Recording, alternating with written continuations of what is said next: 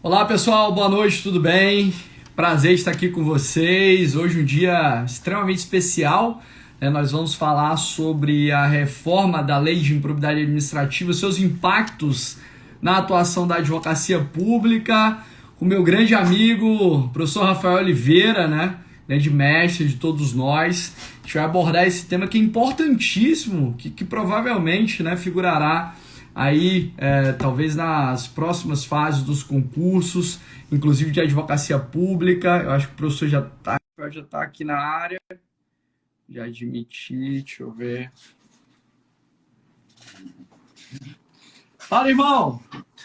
Tudo bem? Grande Luiz, tudo bem? Como é que você tá? Tudo ótimo, tudo tranquilo. Podia ser presencial esse nosso encontro aqui, né? Seria Ah, mas melhor. vai ser em breve, com certeza. Teremos essa oportunidade, né, de nos encontrar em breve. Bom, pode Tá dizer, meu amigo, chegando. todo mundo bem por aí? Tudo certo? Tudo certo, e com vocês aí, tudo bem? Tudo bem, graças a Deus, firme e forte. Bom, obrigado por Maravilha. ter aceito o convite aqui para a gente conversar, inclusive sobre um tema que foi pauta de um artigo que escrevemos juntos, foi publicado recentemente, que é a reforma da Lei de Improbidade Administrativa e os impactos na atuação, na nossa atuação, né, na atuação da advocacia pública. Um abraço para todo mundo que já está por aí e eu passo a palavra para você, para suas considerações iniciais. Já vou te lançar uma pergunta, né, para a gente começar. Queria que você falasse um pouquinho sobre, de fato, que com a 14.230 nós tivemos uma reforma e uma reforma estrutural, né? Várias mudanças implementadas no regime de improbidade administrativa, mas em relação à atuação da advocacia pública, eu destacaria, sem sombra de dúvidas, para a gente puxar o nosso papo, a subtração legal da legitimidade do poder público das pessoas jurídicas interessadas para proporem, né, a ação de improbidade. Eu acho que a gente pode começar por aí, meu amigo.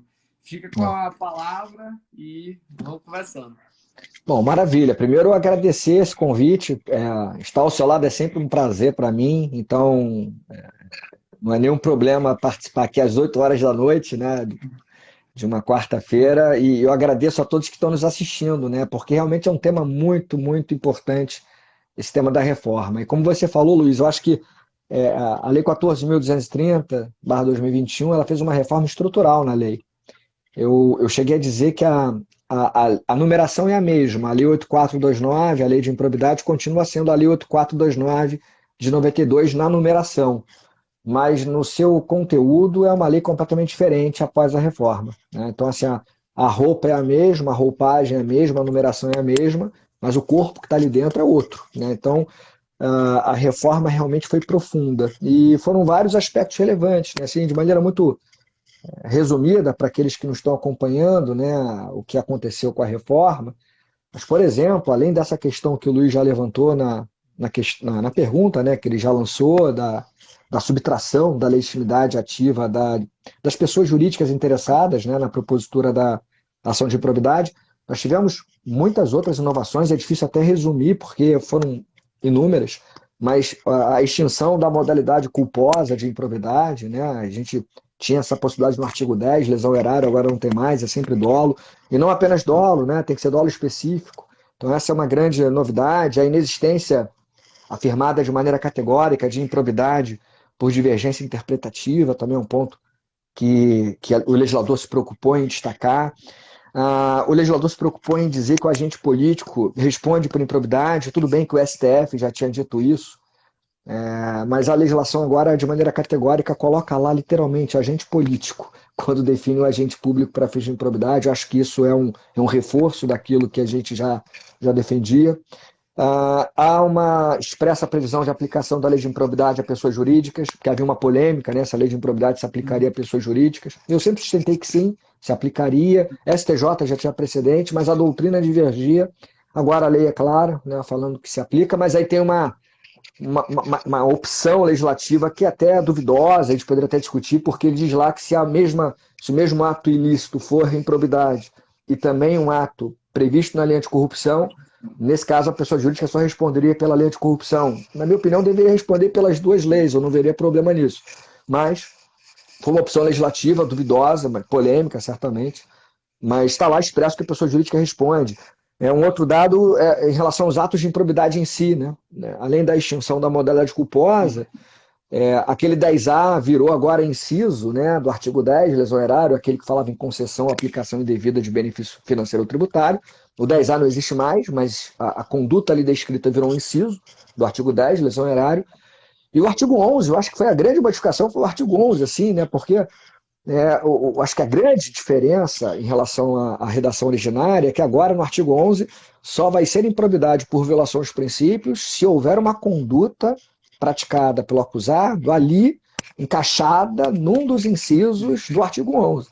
Porque antes o rol era exemplificativo, tal como acontecia nos artigos 9 e 10. O artigo 11 agora é rol taxativo. Então, eu até costumo dizer, Luiz, o seguinte, eu tenho falado isso, né? Deixou de ser ato de improbidade por violação aos princípios, né? Virou ato de improbidade por violação à regra, né? Porque você tem que ter a conduta ali encaixada no inciso. Perfeito. Né? Então, assim, são muitas novidades. Eu acho que a prescrição mudou bastante, tem prescrição intercorrente agora, mudou bastante. O prazo mudou, a prescrição agora é intercorrente, o termo inicial para contagem mudou, enfim. Acordo de não persecução civil mudou. Em matéria processual, que é a sua área, Luiz, matéria processual também muitas alterações. Eu me lembro que quando eu escrevi lá o livro com o nosso amigo em comum, Daniel Assunção, o Daniel brincou assim, Rafa, você vai ter muito trabalho aí, porque o direito material mudou muito. Eu falei, Dani, não se empolga, dá uma olhadinha aí, porque foi no dia que saiu a lei, né? A gente estava ainda lendo. Eu falei, dá uma olhadinha aí na tua parte. Aí ele, ixi, vou ter muito trabalho. Eu falei, pois é, muito trabalho. Por isso que é bom essa dobradinha aí, você aqui, Luiz, porque nesse nosso artigo que a gente escreveu, né, num dos vários artigos que já escrevemos, mas nesse a gente consegue justamente trazer a tua expertise, não só como advogado público, conhecedor profundo do direito administrativo também, mas para mim uma grande referência de processo civil, especialmente. Apesar de você, acho que você joga em todas as posições, né? Aquele jogador que joga bem em todas as posições. Mas no processo civil, isso é uma grande referência. Eu acho que eu me sinto muito confortável em escrever um artigo que toque em aspectos processuais, escrevendo ao lado de feras, né? Não só como Daniel Assunção no livro, mas também ao seu lado aí nos nossos artigos e nesse artigo mais recente. Era para ser era para ser algumas palavras iniciais, acabei fazendo aí o aprofundamento. Mas esse apanhado é importantíssimo, né? Como você bem destacou, nós tivemos uma reformulação quase que completa no regime jurídico da improbidade administrativa, como você fez também questão de pontuar, em vários aspectos ligados, né, ao direcionamento específico da necessidade de termos um dolo adequadamente caracterizado, a situação, a subtração de algumas condutas como aves a ensejar a improbidade administrativa, né, o artigo 11, o regime jurídico prescricional, inclusive no que se refere à incorporação da prescrição intercorrente e várias outras mudanças e alterações substanciais que a gente vislumbra na lei de improbidade administrativa atualmente. Mas como a gente vai fazer um pouco desse recorte da atuação da advocacia pública, e aí por isso que eu fiz a pergunta para ti, né, em relação a um aspecto específico, né? Eu acho que vale a pena a gente situar aqui todo mundo, né? A lei 14.230, ela acabou, principalmente quando você olha o artigo 17, subtraindo a legitimidade das pessoas jurídicas interessadas para ingressarem com a ação de improbidade administrativa. É certo, né, meu amigo, que esse dispositivo foi suspenso cautelarmente pelo Supremo Tribunal Federal em duas ADIs, né, propostas lá no Supremo, as ADIs 7042 e 7043, para quem quiser anotar, né? E nessas ADIs nós tivemos aí o afastamento desses dispositivos, que, a meu ver, né, e eu acho que você concorda comigo, que a gente escreveu junto, nós escrevemos juntos, subtraem aí um pouco até da força do regime de proteção à probidade administrativa e esse sistema, né, que até foi elencado pelo ministro Alexandre de Moraes, de proteção da probidade, um sistema de combate específico à corrupção. E eu acho que essa subtração, de fato, ela vem enfraquecer, né, a busca específica pela penalização do agente que agiu de forma ímproba, porque a legitimidade concorrente, ela favorece, de fato, que nós tenhamos mais sujeitos hábeis a fiscalizar e a promover as ações cabíveis no caso de prática de atos de improbidade. Lógico que hoje a ação de improbidade ela tem um viés sancionatório, ela está dentro ali da perspectiva do direito administrativo sancionador. Mas essa legitimidade concorrente ela favorece o sistema, ela incorpora o sistema, incorpora o sistema de uma maneira única e viabiliza que nós tenhamos, de fato, essa busca ou essa maior força para essa penalização do agente. Você sabe, Luiz, que realmente, como você falou agora no final, ainda que você, se você analisasse a ação de improbidade sob o aspecto da tutela coletiva, isso ficaria facilmente demonstrado. A ação civil pública tem aquele rol de legitimados, enfim, você tem vários casos na tutela coletiva de legitimação concorrente, enfim, vários órgãos ou pessoas legitimados para a propositura de ações. A lei de improbidade hoje insere a ação de improbidade, como você falou, no direito administrativo sancionador, no direito público sancionador. Não é que você não queira analisar sobre a tutela coletiva, sobre a ótica da tutela coletiva, ainda que você analise sobre a ótica do direito sancionador, também causa estranheza realmente essa subtração, porque veja, a lei de corrupção, né, que é posterior à lei de improbidade, bem posterior à lei 8429 de 92, ela traz a legitimidade do MP, mas também do ente federado para propor a ação com base na lei de corrupção e aplicar as sanções. Direito sancionador, aplicar sanções à pessoa jurídica lá que praticou um ato ilícito previsto lá no artigo 5º da lei anticorrupção, e as sanções são gravíssimas para a pessoa jurídica. E aí depois disso vem uma espécie de retrocesso, né, na reforma da lei de improbidade, quando subtrai essa legitimidade da pessoa jurídica, que é reconhecida para a ação civil pública, que é reconhecida para a ação prevista na lei anticorrupção e agora literalmente teria sido retirada na ação de improbidade, levando em consideração muitas vezes que a própria pessoa jurídica tem total interesse, né, não só de proteger, digamos assim, a coletividade, de buscar as sanções, como a pessoa jurídica, o ente federado especialmente, já está acostumado com o direito punitivo. Né? Então não é uma exclusividade do Ministério Público, a Constituição Federal não trouxe essa exclusividade, e aí essa é a discussão, será que o legislador teria alguma liberdade de conformação? Será que ele poderia optar por retirar legitimidade de outros, no caso dos entes federados, de outras pessoas interessadas e colocar apenas nas mãos do Ministério Público, tal como se fosse uma ação penal, e mesmo ação penal, né? Você tem ação penal que é pública condicionada, tem ação privada, né? Ação penal privada, excepcionalmente, mas tem. Nem lá no direito penal o Ministério Público é o, digamos assim, o titular absoluto, né, do direito de ação. Aqui também não deve ser, não tem por que ser, porque como você falou, isso se enfraquece. A tendência é outra, a tendência é você trazer legitimidade para outros interessados ou para outros órgãos ou pessoas, para que a busca pela implementação da moralidade, da aplicação das sanções de maneira correta da lei seja uma atuação cada vez mais eficiente. Então concordo, claro, a gente escreveu junto, concordo, e não estou aqui defendendo, Luiz, só para ficar claro, a gente como advogado público, mas eles são advogados públicos, né? Lógico. Até assim, realmente na prática, pela minha experiência aqui no Rio de Janeiro, tá, Luiz? Eu não sei como é que é aí com vocês em Alagoas, mas aqui no Rio, realmente o Ministério Público propõe a esmagadora maioria das ações de improbidade, mesmo quando as pessoas interessadas tinham legitimidade. Eu me lembro que quando eu entrei aqui no município do Rio, na Procuradoria, eu fui então fazer uma ação de improbidade. Aí você, no início, né, eu tinha 23 anos, 24 anos ali, deixa eu ver se tem algum modelo de improbidade, alguém já propôs alguma ação para eu ver como é que foi, pegar lá a experiência de quem já propôs, e ninguém tinha proposto ainda. Então não tinha lá, eu não sei se já tinha proposto ou não, mas eu não tive conhecimento. Propus lá uma ação de improbidade, virou quase um feito, né? O Rafael propôs uma ação de improbidade pelo município, mas não foi só eu, né? Outros colegas também já tinham depois apresentado ações de improbidade, mas eram raras as hipóteses. O MP já era o grande protagonista na prática. Mas isso não retira a nossa legitimidade para casos específicos. E é de fato, e eu tenho ouvido também algumas pessoas argumentarem que a ação de improbidade muitas vezes é utilizada em alguns municípios como instrumento de perseguição política. Mas a gente não pode tomar o desvirtuamento do uso da ação de improbidade, em alguns casos, como um fator a legitimar essa subtração da possibilidade das pessoas jurídicas interessadas propuserem.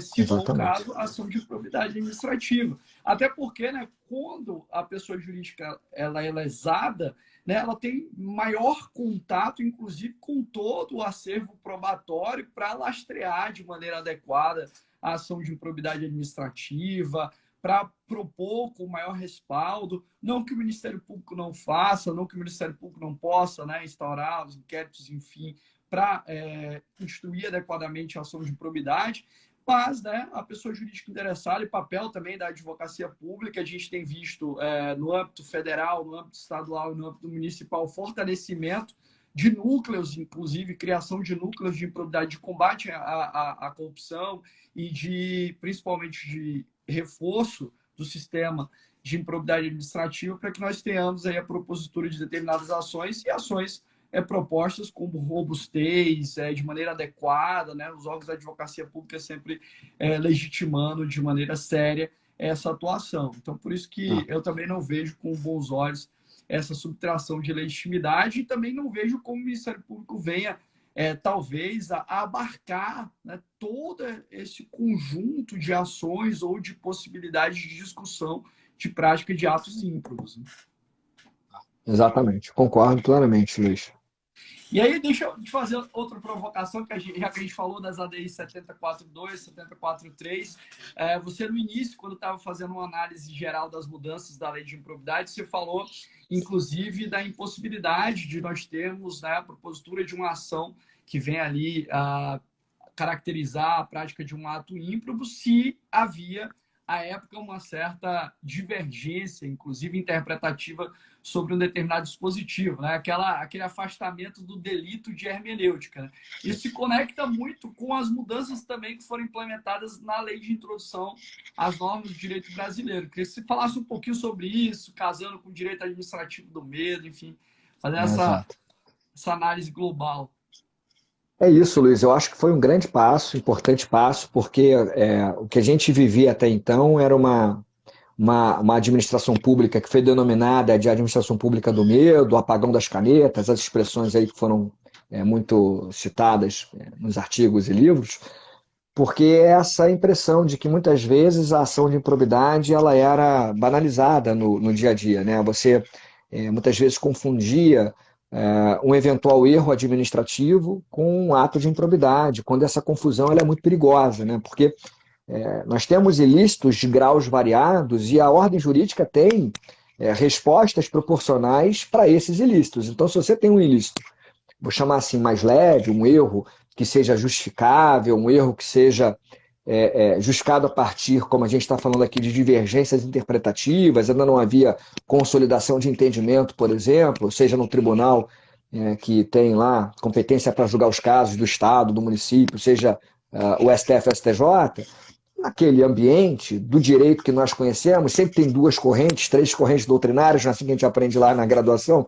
Então, tudo é divergente no direito, cada um tem uma opinião. Vai sentar numa mesa com 10 advogados. Né? Eu, quando fui chefe aqui na Procuradoria, fazia reunião, falei, gente, eu comecei a marcar reunião com horário de início e horário de término, e botava ordem de fala, e depois eu deixava todo mundo falar, porque senão advogado é complicado. Então, assim, a minha preocupação era essa, e aí a gente percebe que se você tiver um medo de trazer uma interpretação que não seja aquela literal da lei, porque às vezes a lei também, por mais que ela queira lá deixar o gestor público seguro na hora de atuar, a própria lei usa, às vezes, conceito abertos, ou dá margem de conformação para agente público, que isso faz parte, né? O legislador legisla, e o executivo, ele, como gestor público lá, o executivo ele tem que ter uma margem, né, para experimentações, inclusive, para o experimentalismo jurídico, inclusive.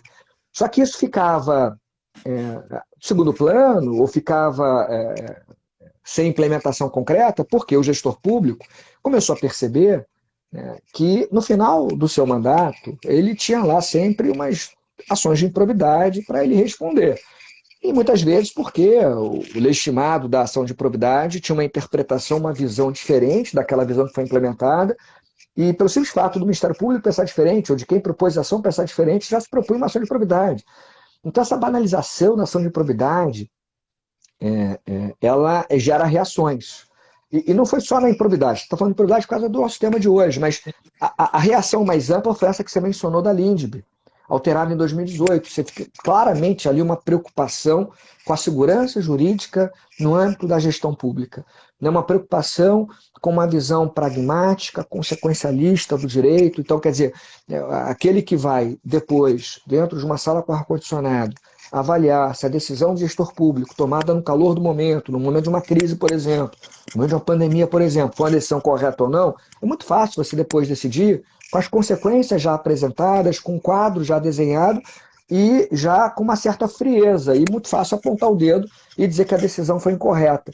Mas a questão é, a Lindbe, ela procura exigir que o controlador se coloque no lugar do gestor como se ele estivesse naquele momento tomando a decisão. A decisão naquele momento era razoável? Fazia sentido naquele momento, com aqueles dados que estavam sendo apresentados naquele momento? As consequências da decisão que vai ser tomada pelo órgão de controle, essas consequências serão razoáveis? As consequências práticas e jurídicas serão razoáveis em relação à anulação de um ato, por exemplo, ou a aplicação de uma sanção ao gestor? Então, essa preocupação da Lindbe, ela já veio desde 2018, e ela vem se verificando em alguns diplomas legais. Agora, na lei de improbidade, agora reformada, isso fica muito claro, porque não só se diz textualmente que não vai ser improbidade a simples divergência de interpretação do dispositivo, porque se fosse assim, todo mundo praticaria improbidade em algum momento, porque tudo tem divergência interpretativa. Você tem que usar a improbidade realmente como última ratio, para aqueles casos mais graves. Então vem tudo acompanhado no mesmo balaio, não é só a ausência de improbidade por divergência interpretativa, mas também a exigência do próprio dolo, né, para a improbidade, o dolo específico, porque de resto você aplica as sanções, né, previstas nas outras leis, que são eventualmente mais leves, como por exemplo as sanções disciplinares para o servidor, né, previstas no seu estatuto, e as sanções de improbidade pela sua gravidade ficam realmente como um step que vai ser lá utilizado em casos extremos, em casos realmente relevantes. Então, assim, eu vejo, Luiz, com muitos bons olhos assim, a afirmação de que não é improbidade, é divergência interpretativa, apesar de ser óbvio para mim, isso traz um efeito positivo, uma externalidade positiva, porque me parece que a médio e longo prazo, isso tende a trazer mais segurança para o gestor, aliado à lei de improbidade com a Lindbe, e aquele gestor público que é honesto, que quer, a gente tem que presumir honestidade, né? Por mais que a gente discute os escândalos, né? A presunção é de boa-fé, de honestidade, não de ingenuidade, não estou dizendo isso. Mas assim, a gente tem que presumir a boa-fé, a honestidade do gestor. Então o gestor, o bom, ele não vai ficar com medo, porque eu fico brincando, todo ex-gestor tem uma ação de improbidade para chamar de sua. Então, nesse caso, a Thaís Marçal está elogiando a tua cadeira, Um o abraço, Luiz. Thaís. É cadeira de jogador de videogame, hein, isso aí. É cadeira profissional de gamer. Pô, a gente Essa é passa o dia profissional. sentado aqui peticionando, enfim, tem que Tem que ter ser uma cadeira confortável, né? confortável, né? Luiz, só para fechar assim, então, assim, eu acho que a externalidade positiva é atrair a médio e longo prazo melhores gestores para a administração pública, porque o que eu via, uma sensação, tá? Uma sensação, pelo menos, é de que naquela banalização do manejo das ações de improbidade, todo gestor público, se você for coordenador de despesa, provavelmente vai ter uma ação de improbidade um dia nas costas, por melhor que você seja, por mais correto que você seja, por mais atento que você seja, porque todo mundo comete erro, e essa confusão do erro com a improbidade é muito perigosa. Aquilo, na minha opinião, afastava bons gestores e acabava trazendo uma espécie de reserva de mercado para os maus gestores, o mal intencionado, porque o que é mal intencionado, ele dorme tranquilo, ele já está acostumado, ele já não tem o divisor da moralidade, que é certo e que é errado. O bom, o honesto, e eu como advogo também com improbidade, eu vejo isso em algumas pessoas, eles não conseguem dormir, acaba o Ó, o Daniel, casamento. Daniel aí na área, ó. Abraço, irmão. Agora ficou puxado, hein, olha, tem que tomar Agora cuidado com o que aumentou a fala. responsabilidade. Não, o sarrafo ficou aqui, lá em cima, hein.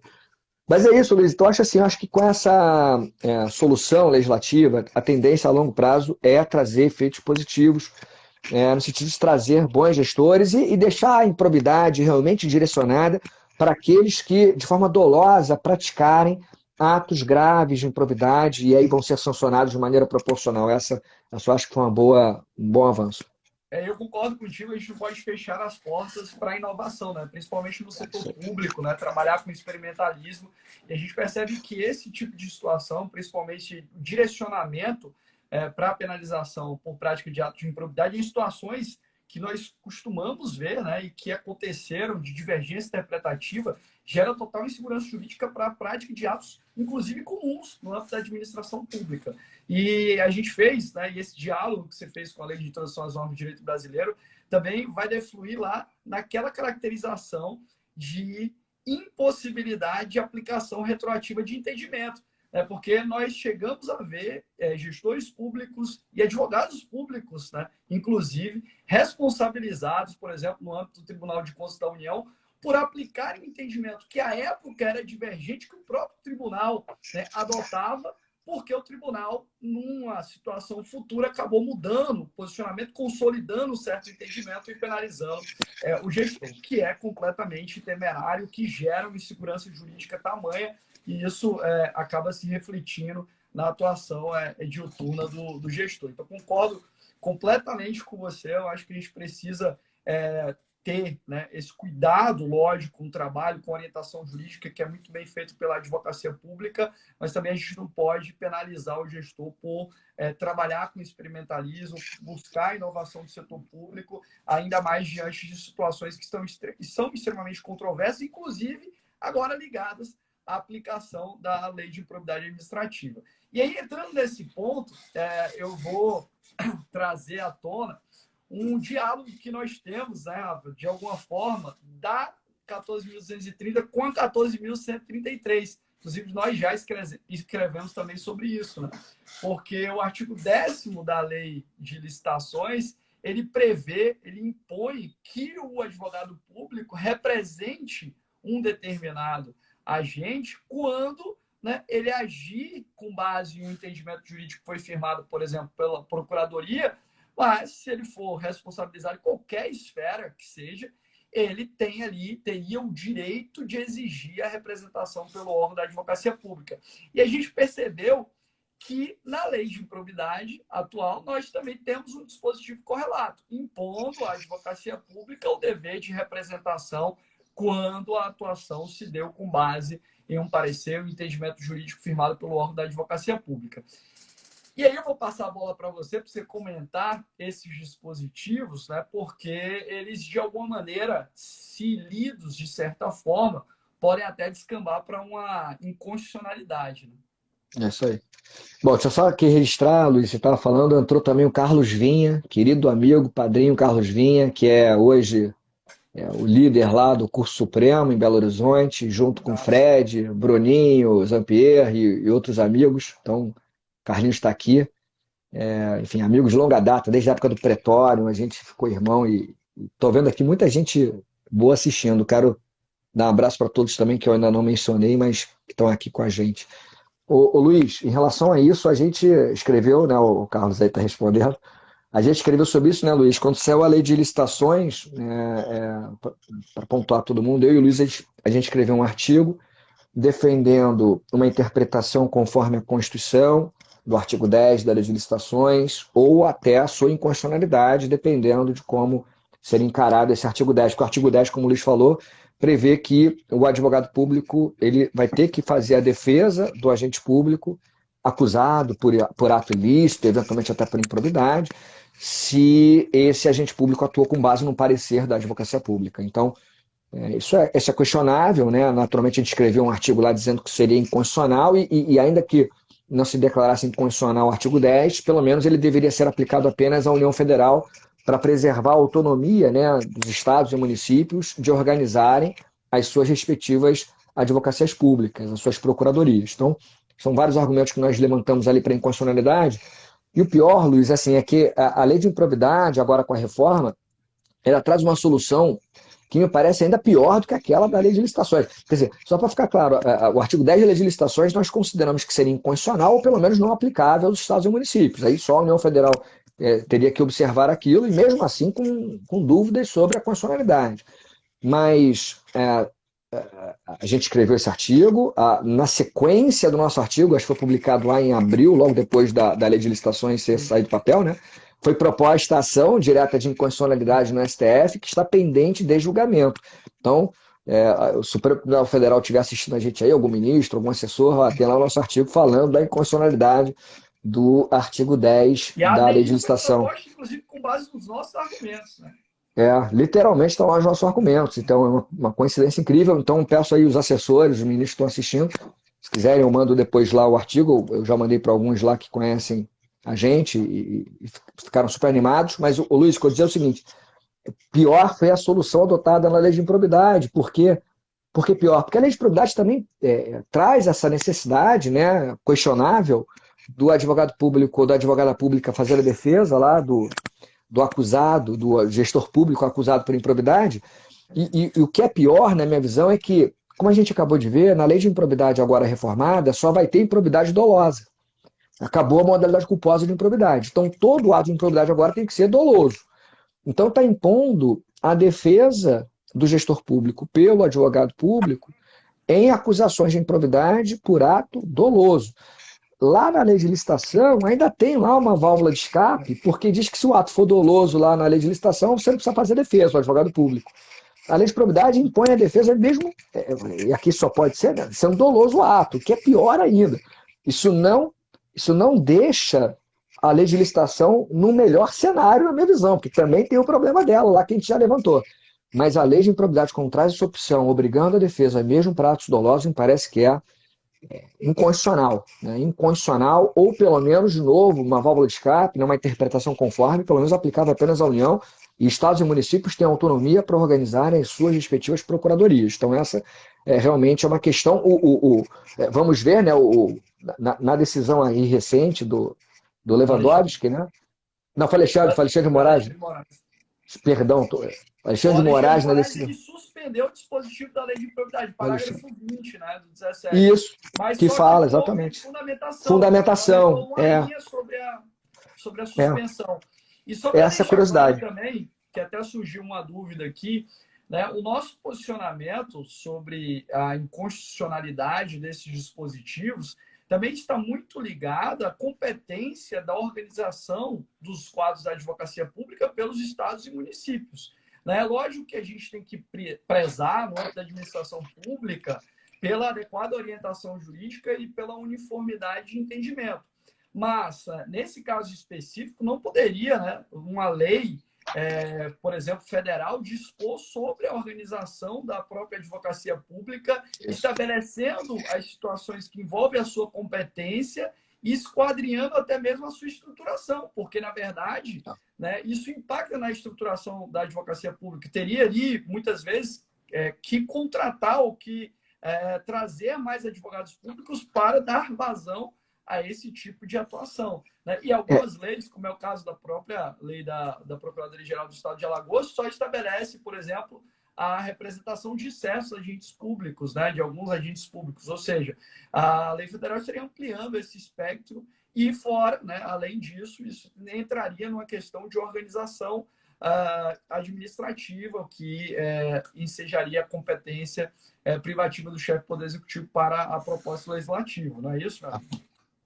É isso aí, eu acho assim, não é para deixar o gestor público também indefeso, não é isso. Quer dizer, que a gente defende a autonomia de cada ente federado, né, reconhecida na Constituição, autonomia para organizar a sua advocacia pública, e claro que tem que trazer mecanismos de proteção do gestor público que atua com base em pareceres jurídicos. Não é não ter o auxílio, digamos assim, do poder público, mas os auxílios podem aparecer de outras maneiras, que não um certo desvirtuamento, porque nós somos advogados públicos e zelamos pela defesa do ente federado e não fazemos advocacia para pessoas físicas. Pelo menos essa é a nossa função, é diferente da Defensoria Pública, por exemplo, que geralmente assiste pessoas físicas. Nosso cliente é o ente federativo.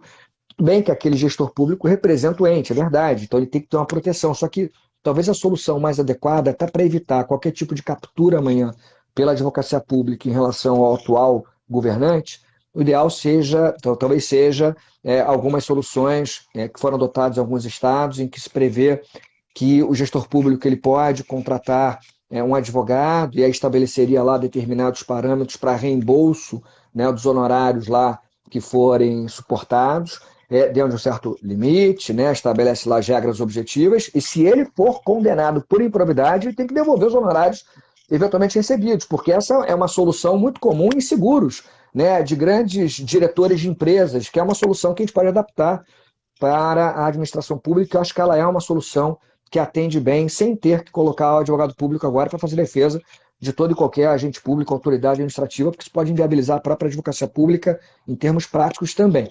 Mas eu acho que o mais importante, o argumento central, não é deixar o gestor público desabrigado, não é isso. Ao contrário, ele tem que ter a proteção do Estado, especialmente quando ele atua com base em parecer jurídico. Mas essa proteção não precisa vir da advocacia pública, e outros estados adotaram outras soluções. O que não se pode admitir é a União Federal querer impor uma solução de cima para baixo, top-down, né, enfim, relativizando e enfraquecendo, aniquilando a autonomia dos estados e municípios. Eu, como procurador do município do Rio de Janeiro, eu não posso invocar legislação federal para me beneficiar de um determinado direito ou de uma determinada prerrogativa, assim como não vai um AGU, né, invocar uma lei do meu município para se valer de um direito. Então, cada ente federado tem, nesse caso, preservado a sua autonomia para tratar dos seus servidores, especialmente advogados públicos que têm previsão constitucional. Advogado público municipal ainda não tem, é uma luta que nós temos há muito tempo, mas a PGE e a AGU têm assento constitucional. Perfeito, meu amigo. E eu ia tocar num tema aqui, um tema extremamente polêmico, que eu acho que, salvo engano, também a Thaís nos provocou, sobre a retroatividade, né, da lei de improbidade administrativa, dos pontos que eventualmente sejam benéficos para os réus das eventuais ações de improbidade.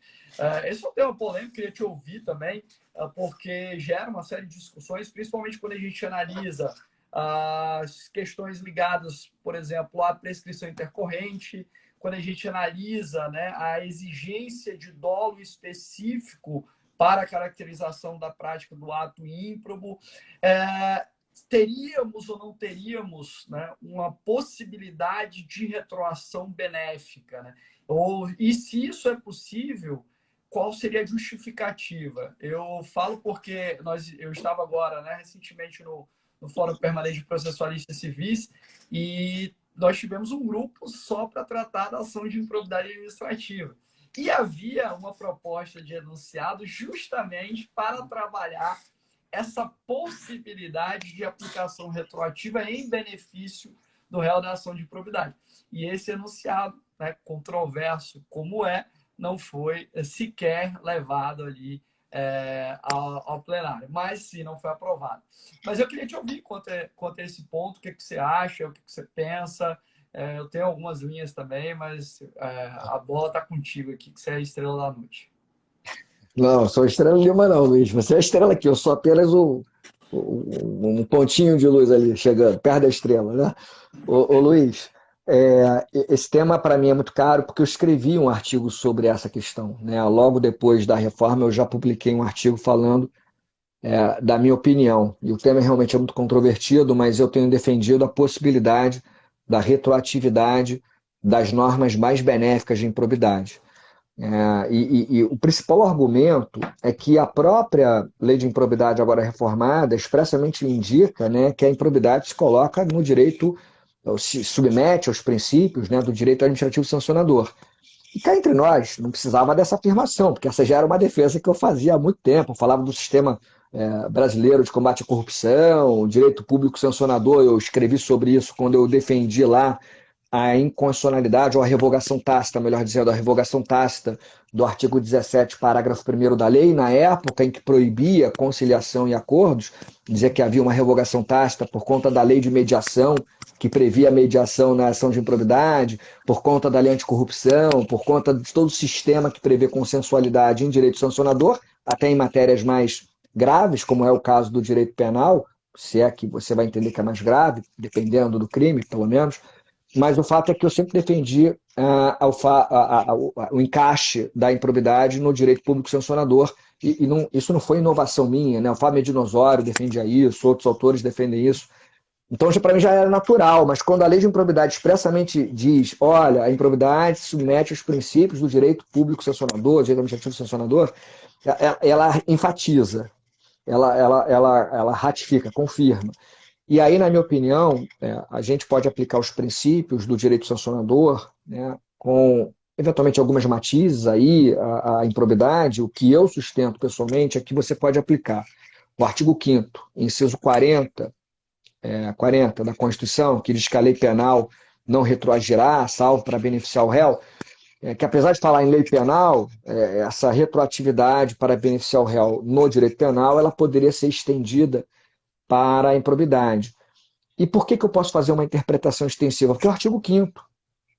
Né? Então, o artigo 5º, por tratar de direito fundamental, ele admite interpretações extensivas, protetivas, né, de direitos das pessoas, direitos dos acusados em geral, não só no âmbito penal, mas estendendo isso para outros campos punitivos. Isso não é uma grande novidade, apesar de polêmico, né? O próprio STJ tem lá alguns precedentes, né, em que ele admite a retroatividade, inclusive, em normas mais benéficas em direito disciplinar, né, em processos disciplinares, em matéria de multa de trânsito, sanções outras que não em improbidade, mas os argumentos são semelhantes. Então, o que eu tenho defendido é a possibilidade da retroatividade das normas mais benéficas, então a extinção da modalidade culposa de improbidade, a extinção de algumas improbidades lá nos atos de improbidade, algumas condutas que foram revogadas, especialmente no artigo 11, né, porque agora virou rol taxativo, tem lá alguns incisos revogados, enfim, deixou de ser improbidade, algumas condutas deixaram de ser improbidade, a prescrição intercorrente que você menciona e outros casos. Defendo essa retroatividade, mas com um limite, que também é super polêmico, especialmente entre os processualistas, né? Mas eu tenho entendido que seria interessante fazer apenas a retroatividade se ainda houver o prazo lá Para ação para rescisória, no ação máximo, né? rescisória. O prazo 2 anos. Porque aí é uma diferença em relação ao direito penal, lá que tem a revisão criminal, que seria a qualquer tempo. Exatamente. Tema Até polêmico. porque, e pegando esse gancho processual, eu concordo contigo, até porque quando a gente vai analisar o regime jurídico procedimental da ação de improbidade, o artigo 17 impõe a Do aplicação do CPC. Código de Processo Civil. Né? Então, olha, Isso. você vai aplicar o procedimento comum do Código de Processo Civil. Então, dessa forma, se você entende que há uma certa retroatividade, eventual afastamento de uma caracterização da prática de ato de improbidade administrativa necessariamente estaria submetida exatamente a esse prazo, né, de 2 anos para a propositura de uma eventual ação rescisória. E, portanto, eu não traria a lógica da revisão criminal lá do direito penal. Eu aplicaria o procedimento da ação rescisória para eventualmente afastar, desconstituir aquela decisão que transitou em julgado e que eventualmente acabou condenando o réu na prática do ato de improbidade administrativa. Eu concordo com você, acho que a gente tem que olhar sobre essa ótica, já tem se falado, né, Rafa, e você já falava sobre isso, da existência de um potencial microsistema de direito sancionador, né, que teria e promoveria uma permeabilidade de regras e princípios para que nós entendamos melhor essa lógica da eventual penalização. Né? Eu queria tocar, para a gente caminhar para o fim, que eu sei que tu está com a agenda corrida, mas eu queria tocar só em 2 pontos aqui processuais. Um abraço para a professora Carol também, que está aqui, TJ São Paulo e outros tribunais também já aplicaram essa lógica da retroatividade. Queria lembrar também que esse tema será resolvido pelo Supremo Tribunal Federal, tema 1199 de repercussão geral do Supremo, vai ser decidida essa questão relacionada à retroatividade. Mas eu queria lembrar 2 questões rapidamente, 2 questões processuais, que inclusive uma delas foi até objeto de edição de enunciados no FPPC.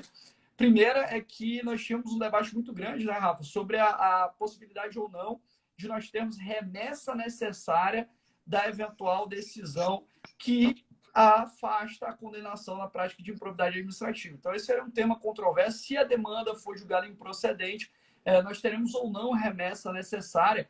E a justificativa para defender o cabimento da remessa estava dentro da aplicação do microsistema de tutela coletiva, né, principalmente pela incidência aí do artigo 19 da Lei 4717, que é a Lei de Ação Popular, que prevê expressamente a possibilidade da remessa necessária, inclusive nos casos nos quais nós temos carência de ação. A situação é excepcional, né? Você, em regra, não tem remessa necessária de decisão terminativa.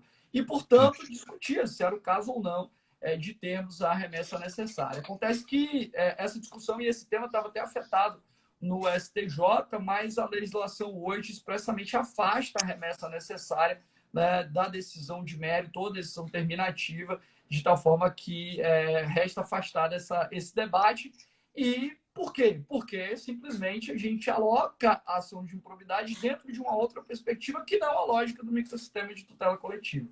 E um outro ponto que eu queria trazer é que, dentro da eventual indisponibilidade de bens, lá no artigo 16 da Lei 8429, né, nós tínhamos um debate que também estava afetado no STJ sobre a possibilidade ou não, né, de nós termos, no âmbito da indisponibilidade de bens, a abrangência, né, do eventual valor, né, que seria fixado a título de multa. Né? A Isso multa. o STJ decidindo lá em sede repetitivo. E aí veio o legislador, a meu ver, de forma equivocada, eu discordo com essa mudança, com essa alteração, e disse, olha, a eventual indisponibilidade só vai abranger o que for necessário ao O ressarcimento. ressarcimento. Não, né, pode atingir situações que envolvam aí essa aplicação da multa, o que é temerário, principalmente diante da perspectiva futura de eventual ressarcimento. Porém, né, o legislador promoveu essa alteração, e como essa decisão que impõe a indisponibilidade é uma decisão em sede de tutela provisória, o que nós, né, propusemos foi exatamente no enunciado que essas manifestações judiciais fossem eventualmente afastadas. Então, se nós tivermos uma tutela provisória que deferiu uma medida de disponibilidade abrangendo, inclusive, o valor da multa, que essa decisão não se mantivesse, até porque, em se tratando de tutela provisória, pode ser revista a qualquer tempo, e essa superveniência legislativa imporia essa necessidade de revisão dessa decisão. Mas é um tema que a alteração legislativa em si ela não é das melhores, porém, né, é o que temos posto, e as tutelas provisórias consequentemente deverão aí ser revistas. Tem só mais um aspecto, para eu passar a palavra para você. Deixa eu só registrar aqui, Luiz. A desembargadora Inês da Trindade acabou de entrar na live, desembargadora do Tribunal de Justiça do Rio de Janeiro, que preside o fórum que trata de improbidade aqui no Tribunal de Justiça, na Escola da Magistratura. Então, uma honra ter aqui a desembargadora Inês da Trindade. Obrigado. Um grande abraço, excelência. E um outro ponto é que Fred, DJ, Leonardo e Câmara, né? Câmara, nosso amigo Fred, DJ também, defendiam que a decisão proferida em sede de indisponibilidade de bens no âmbito da ação de improbidade se caracterizaria como uma tutela de evidência cautelar, porque nós tínhamos aquela presunção, né, do periculo in mora. E traziam esse exemplo como um exemplo de tutela de evidência cautelar. Né? Apesar de, no Código de Processo Civil, lá no 311, nós tratarmos a tutela de evidência sob a ótica satisfativa. Mas agora, né, o legislador, no regime jurídico da indisponibilidade, deixa claro que a decisão de disponibilidade é uma tutela provisória, mas é uma tutela provisória de urgência, e há necessidade de demonstração do fumus boni iuris e do periculo in mora, de tal sorte que não há mais essa presunção que até era albergada na jurisprudência do STJ do dano, né, da presunção desse eventual perigo, enfim. E, portanto, a gente hoje tem esse regime de tutela provisória de urgência, de fato, na indisponibilidade. Meu amigo, a palavra está contigo. Desculpa ter roubado um tempinho aqui da parte processual, mas você acabou tocando em alguns pontos, mas eu, antes de passar a palavra, quero só agradecer demais, momento espetacular, muito rico, eu sempre aprendo contigo e fico muito feliz de você ter topado, a agenda muito corrida, eu sei que você vai tirar férias daqui a pouco, vai ficar mais tranquilo, mas fico muito feliz. Um abraço também para a Lê, que estava aqui na live, a Lê e Sheila, então a gente estava com a responsabilidade duplicada, né, que Sheila também estava aí. Um beijo para as duas. E é isso, meu amigo. Obrigado mais uma vez de coração. Nem tenho palavras para agradecer, né, toda a nossa parceria aí ao longo desse tempo. Ficou mudo aí. Agora sim. Agora sim. Só agradecer, Luiz, porque eu tenho você como não só um grande amigo, mas uma referência também dentro do direito. Então, é sempre bom trocar ideias com você, porque você traz pensamentos fora da caixa. Quando a gente escreve junto, eu aprendo muito, eu evoluo muito com as nossas conversas. E acho que o mais importante, que além de ser um grande jurista, né, você é uma pessoa iluminada, um ser humano assim, diferenciado, e por isso que a gente tem uma relação tão boa e você é tão bem quisto, né, tão querido por todos, né? O Câmara te adora, Alexandre Câmara, o Marcelo Mazzola, grandes amigos que nós admiramos, né? Não à toa, né? Você realmente é muito querido, então foi um prazer participar dessa live. e acho que o tema é muito relevante. Eu queria agradecer também a presença de todos que nos assistiram. Tem muita gente aqui assistindo, muita gente conhecida, muita gente boa. Quero dar um beijo para Sheila aí, que está do seu lado aí assistindo, para a Lê também, senão tomo bronca em casa.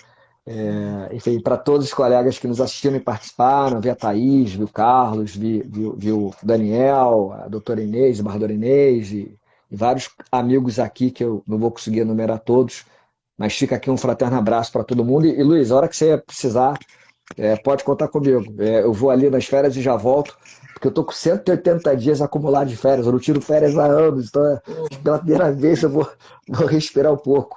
Mas já volto. É curta, são férias curtas. Uma semaninha já tô de volta. Vocês descontam aí 85% dos elogios do Rafa aí, que é pela amizade. E você que é uma grande referência para mim sempre. Eu aprendo demais contigo, desde os seus escritos lá atrás, hoje, quando a gente escreve juntos também, sempre num grau de profundidade absurdo. Te ouvir também é um alento. Eu estava até falando isso hoje na Procuradoria, que as suas lições reverberam nas nossas manifestações, nossa forma de pensar também. Esse vanguardismo do direito administrativo que você tem trazido é ímpar e faz com que a gente possa evoluir enquanto administração pública, enquanto advocacia pública. Eu fico muito feliz por isso. Obrigado, meu amigo. Parabéns por tudo. Eu sempre digo por aqui o seguinte, o Rafael Oliveira é essencial, então a gente tem que sempre aqui reverenciá-lo. E tem uma pergunta aqui, pô. O Gaspar perguntou assim, quando é que vai sair o manual do advogado público de vocês? Pô, não sei como o cara conseguiu descobrir essa informação aí, mas... Mas isso aí é tema de outra live. Tem spoiler aí? Tem um spoiler, né? Também. Mas a gente vamos trabalhar, vamos trabalhar. Meu amigo, fica com Deus aí. Um abraço a todo mundo. Obrigado mais Você uma também, vez. meu amigo. Fico Obrigado. Beijão em todos. Abração. Valeu, Beijo um para abraço todo para todo mundo. mundo. Tchau, gente. Boa noite para todos. Tchau, tchau.